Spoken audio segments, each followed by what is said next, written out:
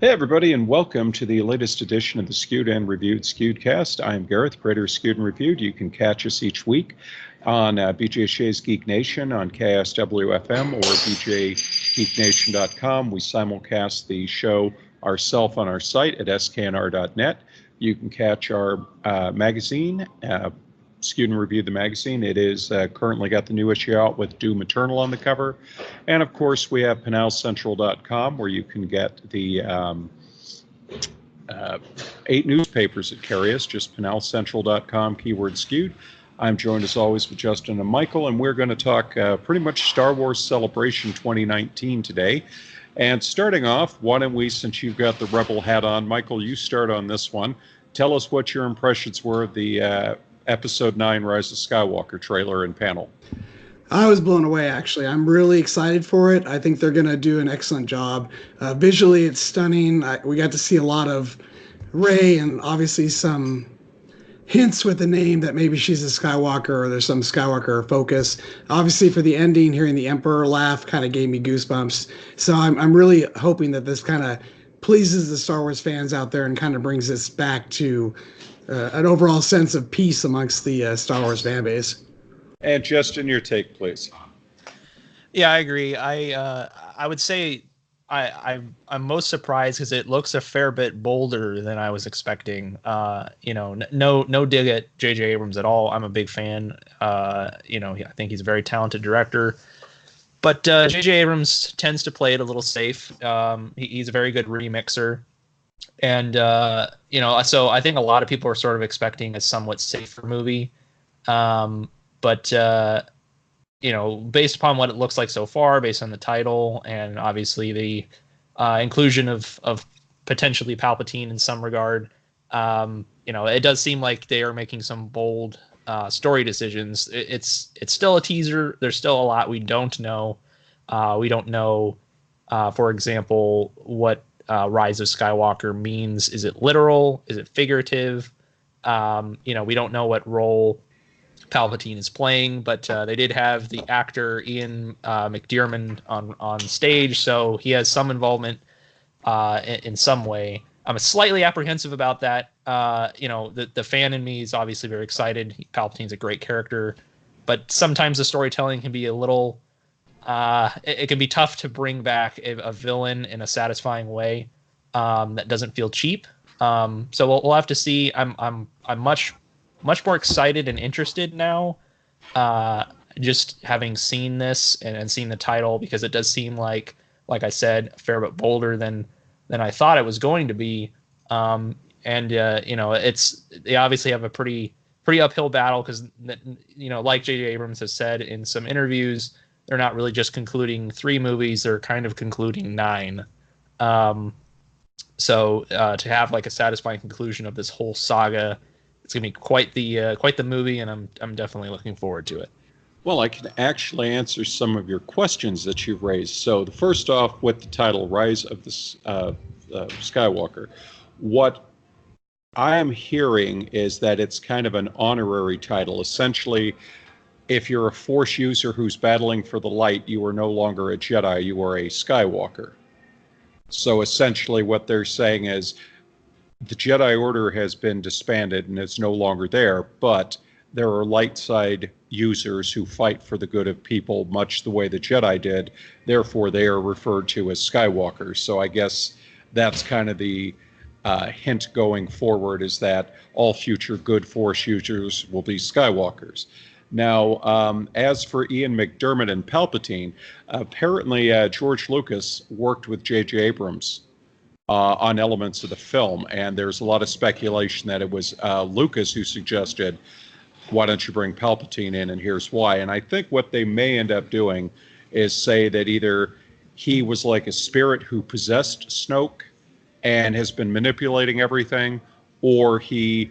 I wrote an article about this yesterday. If Qui-Gon, Yoda, Luke, Anakin, and Obi-Wan can manifest themselves and maintain in the Force, why couldn't he? And it's entirely possible that when he was hurtling to that reactor, he, merged with the dark side, and he's just been waiting to manifest himself, and he either possessed Snoke or found Snoke, and has been manipulating things ever since. Because if you look at it, there are a lot of really eerie similarities that people were originally saying, oh, they're just copying the first one. The guy is obsessed with the Skywalker lineage. He goes and gets a Skywalker offspring to be his apprentice, but is obsessed with wiping out Luke. Now, the difference is that when Rey was brought before him, instead of saying, oh, turn her to our side, he said, wipe her out. But history repeated itself, and the apprentice turned on him again. So I think these are all things that seem to be very much the way, and some of the things, if you look back to some of the stuff Snoke said now, it makes a little more sense. I was there before the Empire, and so on and so forth, and all of this. So I think there's definitely going to be, at the very least, he's an evil force manifestation, which would make sense in a way. If he's that powerful, so be it. Now, the flip side of this is that we were told that they're going to take a bit of a hiatus after Episode 9, and we're not going to see films for a few years.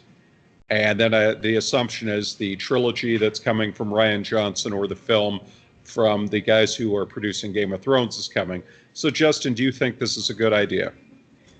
Absolutely. I think Star Wars fatigue was something that definitely happened, and I think one of the things this trilogy could have benefited from, and I don't mean to dig much, but I think one of the things it could have benefited from is some planning.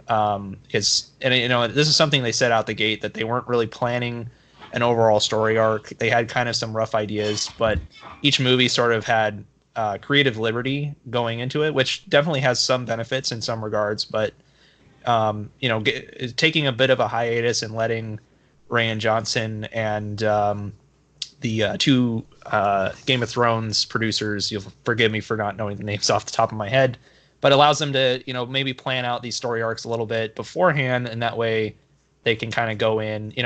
They likened it to the way they sort of plan out the story arcs in the Marvel Phase movies. So, and that formula has obviously worked for Marvel quite well, and it really kind of feels like a natural flow where all these Marvel movies sort of flow together in phases, where these like broad story arcs are kind of manifested in a way that feels very planned. And I think that the movies will definitely benefit from that. Also, having a few years between Star Wars movies allows people to kind of decompress a little bit, get excited again for another Star Wars movie to come out, and obviously they'll be very, very successful that way. That way. Also, there's also one other benefit that I think, especially with a movie as big as Episode 9 is going to be, I think they need to allow it to breathe a little bit on its own. Having another movie come out like 1 year later, I think would maybe undermine it a little bit. So I think it is definitely a good move for a lot of regards. And they have enough franchises across everything that Disney owns that they can definitely fill a couple years with other types of movies in between Star Wars movies that we'll obviously see in the future. Okay, and Michael, you had discussed the other day, you were surprised how Marvel has been Teflon to this. They're putting out 2 to 3 movies a year. They've already announced they've got the next 5 years planned out. That's going to be announced after Spider-Man Far From Home. So it seems like this is a good move for Star Wars. Do you think they need to adopt the Marvel pattern and basically say we need a 5-year plan? Because it seemed like a lot of these films were basically greenlit with, this is the director, this is the writer. And as we saw with Rogue One and Solo, they would get into production and all of a sudden, hey, this isn't what we want, we need to start over. Yeah, I think for the one-off movies, it's okay. Pardon my voice, it's allergies. But I think what Justin was saying is true. I think if you're talking about a trilogy, or you're talking about, in this case, 9 movies, but really the trilogy, I think you have to have some continuity there. And I think that was kind of a between, and I'll be one of the ones that said I liked Episode 8. Yes, but I felt Episode 8 almost took a divergence from the series as a whole and almost became its own movie, utilizing some of the characters. And I think we lose some of that continuity between As we had with, at least when George Lucas was involved from 1 through 6, there was a continuity of what he had in mind, how he tied the characters together, what his ideas were for the franchise as a whole. I think when we came with episode 7, J.J. Abrams tried to keep it as true to that as he could. And then I think when we start without the proper planning in place, I think we kind of got off track a little bit somewhere in there. And hopefully 9 is going to be able to tie back all those divergences in movies and tie them all back together so that we have one saga that we can call, the whole Star Wars saga from 1 to 9. So I think that is a problem without proper planning. When we talk about Marvel, we talk about Endgame, we talk about all the movies, how the layout was done, all the movies were planned, how those stories were going to tell and eventually fold into what would become Infinity War and what's going to become Endgame. So I think we're going to see the same. We kind of need to see that same continuity in the Star Wars universe. Again, one-off movies like Solo, in my opinion, Rogue One, they can tell their own stories. They're one and done kind of thing. They don't have to tie into the series. But I think if we're starting to talk about a trilogy or tying maybe a new trilogy back to the original 9 movies somehow, that we have to have some continuity there. I think that's kind of where Star Wars kind of went astray with the latest movies, at least in my opinion. And I was thinking too, they didn't do a Star Wars Celebration last year, so it did not have the benefit, Solo that is, of having the event to pump it. Episode 7 did, Episode 8 did, I believe Rogue One did. They didn't. They basically were like, here's your movie, and oh yeah, we're taking a year off. And of course, as we all pointed out, it was coming 5 months after the previous film. And so that kind of leads us to where the franchise is going to be held. And we got to look at that earlier this morning with The Mandalorian. And then we got word, of course, that for the Cassian Andor limited series, Alan Tudyk is back to play K2SO, which we all agreed earlier when we talked about it. Wouldn't make sense if he's in it without him, especially since he was a very popular character that people really wanted to see more of.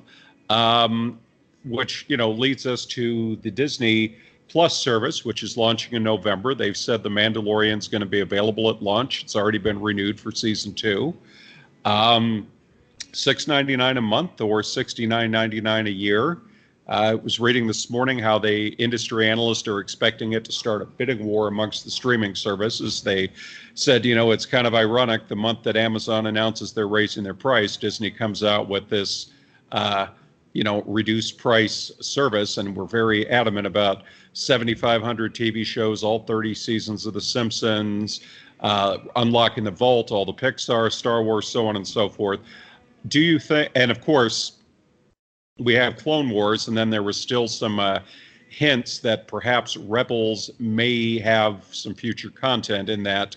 I guess Filoni this morning was asked about Ezra and where he is and so on, and he's like, I can't talk about that. And a lot of people were saying that they're planning on revisiting those storylines down the road. Do you think the TV series will be enough? We'll start with, we'll go with Michael. Is the TV series going to be enough to sustain people?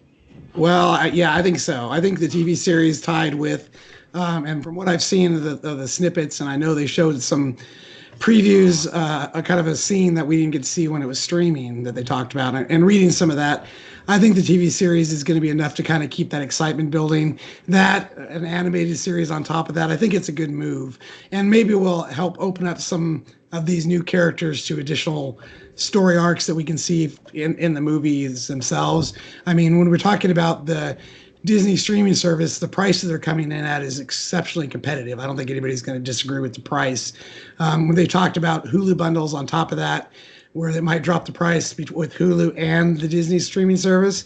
So again, we've got a lot of content that they're announcing, a good price point, and then they have an area to deliver on the Star Wars universe. If something doesn't work, they do a show or they do a cartoon or they do a movie, made for TV movie, and it doesn't work, they're not out the money and the advertising that they would have if they had gone a full-fledged theatrical release. And it also kind of gives them a way to judge the excitement of the Star Wars fans and where they need to go. What are they itching for? Are they ready for a new theatrical release? What are some of the things that they're interested in see? How do these characters fit either with the canon and what we've seen in the previous movies, or what characters they want to expand on? So I think it gives Disney a really great opportunity to springboard some of their ideas and really springboard some of these Star Wars, franchise, some of the Star Wars history and legends, some of the characters. And if a certain character gets a real popular following from a television series or even from just being on something like The Mandalorian, maybe it's enough to build a movie around. Is it enough to build a trilogy around? Maybe not. But if it's enough to build a standalone movie, maybe we kind of get away from trying to build standalone movies on characters that we know, and we can start focusing, and Disney can start focusing on new characters that are generating excitement that the previous characters did for the older generations. Yep. And Justin, I'll get your comments in a minute, but I wanted to expand on the panel this morning. Dave Filoni is also involved in producing it, working with Jon Favreau, who obviously we know from the Iron Man, series, did the first two films. He's done The Jungle Book. He's done The Lion King. He talked about how they do a mix of practical and CGI, like the Mandalorian ship is a model. It is not a CGI effect. And he said, the folks at ILM thought he was a little crazy at first, going back old school. But the thing that was interesting is Favreau obviously is very classic original trilogy, and Filoni being, he's kind of more of a little bit of everything. And he's said he's been joking around getting him more on to the prequel series. What was interesting was they talked about where they went for sources, and he mentioned Caravan of Courage, the Ewok story. He mentioned the Star Wars Holiday Special. And if you remember, when Boba Fett made his first appearance in the animated segment, he had the rifle with like the tuning fork end on it. The Mandalorian has that. And he said, we're going to, and he talked about this is the gritty time a few years after the fall of the Empire. And, this guy, he said, think kind of like the samurais from the Kurosawa films that Lucas was inspired by when he made Star Wars. Think Clint Eastwood's Man with No Name, hero, villain, kind of that real nebulous morality.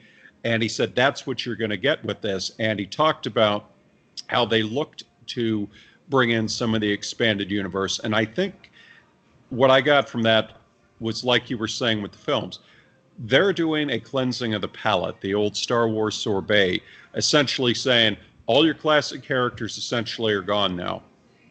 We have them there to bring back if need be, but don't count on it. We're introducing you all new characters, because I think that was one of the biggest problems that we talked a lot about Solo, but it was you're recasting beloved characters here. Then you have, oh, well, why didn't Han, Luke, and Leia have a scene together? And why didn't, this and why didn't that? So now they're basically saying Rogue One carried a film with all new characters. Did exceptionally well. Let's get people used to introducing new characters rather than having them go in saying, I want to see this and I want to see that, and go from there. Justin, your take, please. Yeah, I think, I'm honestly more excited with the future of Star Wars, post Episode 9, than going out, coming into the Disney deal from a few years back. Obviously, I think when Disney got the rights initially, it was just a no-brainer that they were going to do an Episode 7, 8, and 9. That was, obviously the thing that was priority for them, in large part because of things we've talked about in the past with the age of these actors, that there's really a small window to bring them back, to give them like one last chance to kind of portray these characters. And I think that was very important. So, but I'm more excited going forward just because of what you just said, that there's a lot of opportunity to explore new things. It's obviously a very big galaxy, a lot of, intriguing. It's a absolutely fascinating setting. And there's a lot of time periods to explore. There's a lot of areas to explore. And there's just an infinite amount of stories that we can tell with new characters. And that's what I'm most excited for. So I'm absolutely stoked for The Mandalorian. Everything I've heard about it just sounds absolutely great. To touch on the Disney streaming service real quick, I have no worries with it at this point. I know we've talked about in the past. My concern, was whether the price point would justify the amount of exclusive content there is. And as Michael noted, it's a very, very low price point, very competitive, and cheaper than a movie ticket. right? And they're offering so much. I mean, we're talking like all 30 seasons of The Simpsons. We're talking the Disney Vault. We're talking every theatrical release as far as the Marvel movies and the Star Wars movies and the Pixar. Mandalorian and Pixar. So it pays for it. Like it's definitely I have no concerns at this point regarding its success. And they're coming out the gate with something like the Mandalorian, which that by itself would probably get a lot of people interested. And let's not forget the Marvel stuff too. Absolutely. So I think they've kind of they might even rewrite the standard bar for what makes a good streaming service. Netflix and Amazon, as you pointed out, have been sort of raising their prices in recent years and cutting the amount of exclusive content they have. So with something like this service coming onto the market, I wonder if Netflix and Amazon and Hulu might have to kind of go to the drawing board and start rethinking the way they approach some of their exclusive content and their pricing. Yeah, I think the most important thing for them is accessibility. And I don't mean, oh, you can stream it on your phone, your tablet, and your computer. One of the big things that surprised me about the DC universe is that you can't stream it on a console. And to me, that was very annoying because when I want to watch Doom Patrol, I basically have to take my phone and I watch it at the gym or I sit in front of the computer. And I know that's how people do it, but personally, I would love to be able to sit and have it stream over the smart TV or at the very least stream over the console. It's kind of annoying not to be able to sit in the living room or sit in the bedroom and watch it that way. And, have to sit there with the little phone up like this in front of your face when you're in the bedroom or stuff. And I think it's really important that they take this time between now and November and make sure that they are set up to stream on the consoles, or at the very, very least, make sure that they're going to be accessible on the smart TVs so you can just load in and go. So switching gears, but still staying in the Star Wars universe. Justin, why don't you start us off? Jedi Fallen Order, what did you think? So actually, of everything that they showed at the Star Wars Celebration, I feel like I'm the most excited for Fallen Order at this point. I felt it was absolutely great. I mean, I know that we had talked about. I was hoping that I had a very, very fleeting hope that we would have a revival of Kyle Katarn in some way, or some sort of reference to Dark Forces. Alas, we didn't get that. But I still think it's safe to say that there might be some inspiration there, maybe a little bit of Dark Forces like realized a little bit in this title. But we didn't get to see any gameplay. They did talk a little bit about their approach, but it was mostly just showing off a story cinematic trailer to kind of get us acquainted with the character and its setting. And so we follow a Padawan who has survived Order 66, and it takes place during the early days of the Empire. And I think this is a very fascinating setting. There's not a ton of material there, so we kind of have an opportunity to see what the early Empire is like. And I think it's a very intriguing premise, a Jedi on the run who has to kind of conceal his powers, hopping from place to place. Looks like we might be able to see some of the seedy underbellies of the galaxy as we try to hide from the Imperial Inquisitors. I think that's all absolutely fantastic. They've talked a little bit about they're focusing heavily on lightsaber combat, which I think is absolutely great. And that's where I think there might be an opportunity for them to kind of look for inspiration from our beloved franchise, from Dark Forces and Jedi Knight. And maybe because we are Jedi who's trying to conceal our powers, we're not trying to be as flashy as possible. There might be an opportunity to kind of have that splice of gameplay where maybe we get to use some of the classic blasters and other conventional weapons in the Star Wars universe, and then switch between that and then our lightsaber and force powers. But I'm very intrigued to see. I'm guessing we'll probably see more at E3. But I'm intrigued to see what the lightsaber combat is like. Respawn has obviously hit their stride lately with Apex Legends, and Titanfall 2 was absolutely excellent. So I'm very intrigued. I'm the most excited about this than anything else they showed so far. at the Star Wars Celebration. You know, and the other thing too is that EA's announced that it is a single player only game. Mm-hmm. No microtransactions. So also absolutely great news. So I'm super excited. Yeah, and you know, it's interesting. We'll get your take in just 1 second, Michael. I know we fully expect to see it at EA Play /E3. When they had the trailer with the release date of November, the first thing my wife looked at and said, oh, they're going up against Call of Duty, which is rather interesting if you look at the fact that Respawn was made up of people who were behind Infinity Ward, who started the whole Call of Duty series, and lo and behold, this is the Infinity Ward entry this year too. So I thought, Now, I'm sure they didn't set it. That was set by EA corporate and such, but you know, a little bit of a there. Anyway, go ahead, Michael. Yeah, so we'll talk about a reversal of direction, right? Wasn't it a year or 2 years ago they told us that single-player experiences weren't something that people wanted to do. Mm-hmm. Everybody wanted to have multiplayer-only experiences. A single-player game was dead. I mean, we hear this. I think they repeat this every couple of years. And it couldn't be revenued. Right, and there was no revenue for it, and they wouldn't. It's essentially, you know, dustbin as soon as it's released, and they don't make any money on it. So I think I don't know if this is EA learning their lesson or if this is just trying to get back into the goodwill of people by, because again, they kind of focused on some of the things that are not traditional EA, right? They said single player only, no multiplayer, you know, aspect to it. Now maybe they'll release a DLC that'll add some multiplayer, whether that be deathmatch kind of stuff with lightsabers or something. I could see them doing that, but I think it's funny that they kind of focused on the fact that, oh, there's no multiplayer in this, as that's a selling point now. Apparently it wasn't a selling point a year ago when the single player was dead, but now it's a selling point. No microtransactions. Again, that's a good thing. The other interesting thing is they built it off of Unreal Engine 4 and they didn't use the Frostbite engine. I know that's more DICE's thing, but EA owns that engine, so it's kind of an interesting change to go from utilizing Frostbite to use something like Unreal.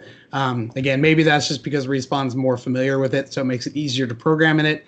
But I thought that was kind of interesting. They kind of pointed that out as, oh yeah, we're not using the Frostbite engine for this. So yeah, I like it. I do hope, as Justin said, that they kind of at least pay some homage to the Dark Forces series. You know, I haven't given up hope that Kyle Katarn won't somehow make an entrance in this, either as a you know, I tried to put the time frame together from when he was stealing the Death Star plans, but then that went to Rogue One and they changed that up. So it kind of falls in that same, a little bit after that time frame. So he wouldn't have been a Jedi 15 yet. years before, I'm thinking. Yeah, so if anything, he would probably be a younger character, and he certainly wouldn't be a Jedi at this point. So it would be an interesting to see if they could young Kyle Katarn could happen.